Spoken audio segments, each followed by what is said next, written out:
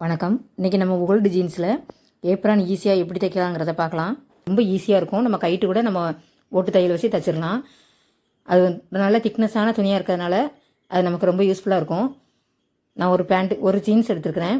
அந்த ஜீன்ஸில் 4 பீஸு, அதாவது 2 கால் பகுதியையும் நான் ஒரே பீஸாக கட் பண்ணி தைச்சிட்டேன்.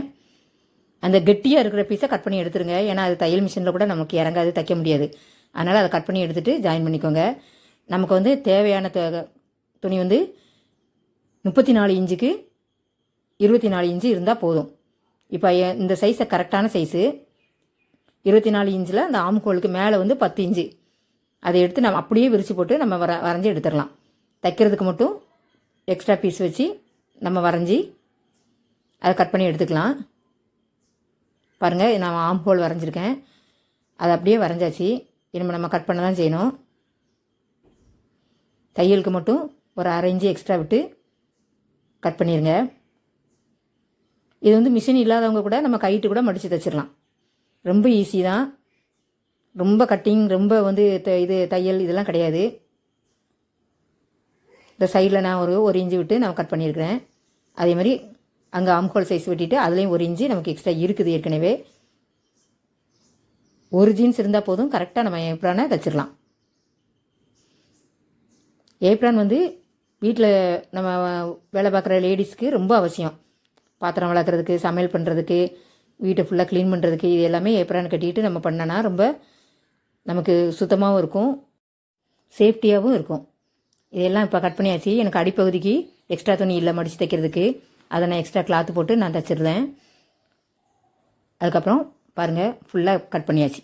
கட் பண்ணதுக்கப்புறம் இந்த ஆம் ஹோலை கரெக்டாக நம்ம வெட்டியிருக்கு. அந்த சைஸு, அந்த ஆம் ஹோல் மேலே வந்து 10 இன்ச்சு கட் பண்ணியிருக்கேன். அடியில் வந்து 24 இன்ச்சு.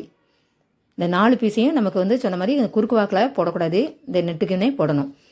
அந்த லென்த்து வந்து நமக்கு 24 இன்ச்சு. இப்போ அவ்வளோத்தையும் நம்ம தைக்க தான் போகிறோம். பாருங்கள், மேலே உள்ள ரோப்புக்கு, கழுத்தில் போடுற ரோப்பு, அது வந்து 17 இன்ச்சு நான் எடுத்துருக்கிறேன்.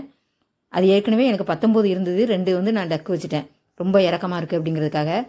நீங்கள் ஹைட்டாக இருந்தீங்கன்னா அதே லென்த்து கூட போடலாம். ஒரு 2 இன்ச்சு அகலத்துக்கு நமக்கு ஒரு பீஸ் இருந்தால் போதும். 17 இன்ச்சு நீளம். இதை வந்து நம்ம மடித்து தைச்சிடலாம். இப்போ தைச்சி முடிச்சாச்சு. பாருங்கள், மேலெலாம் நான் வந்து பைப்பிங் மாதிரி கொடுத்துருக்குறேன். வேறு கிளாத்துக்கு ஃபுல்லாக தைச்சாச்சு. ஜீன்ஸுக்கு அந்த நம்ம ரொம்ப திக்னஸாக ஒரு துணி இருக்குமே, அதை கட் பண்ணி நான் ரோப்புக்கு வச்சுக்கிட்டேன்.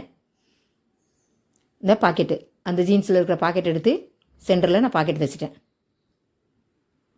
எவ்வளோ அழகாக இருக்குன்னு பாருங்கள். அளவை பாருங்கள், எல்லாம் கரெக்டாக இருக்குது. இது நீங்களும் உங்கள் வீட்டில் தைச்சி யூஸ் பண்ணுங்கள். ரொம்ப ஈஸியாக இருக்கும்.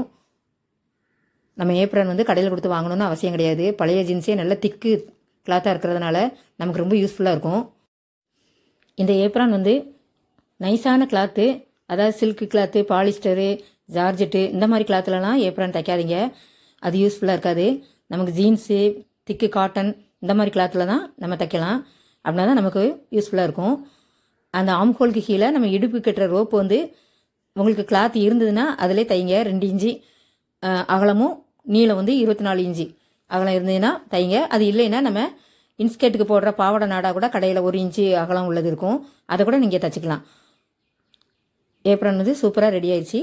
பாருங்கள், இந்த வீடியோ பிடிச்சிருந்ததுன்னா சப்ஸ்கிரைப் பண்ணுங்கள், லைக் பண்ணுங்கள், ஷேர் பண்ணுங்கள். நன்றி, வணக்கம்.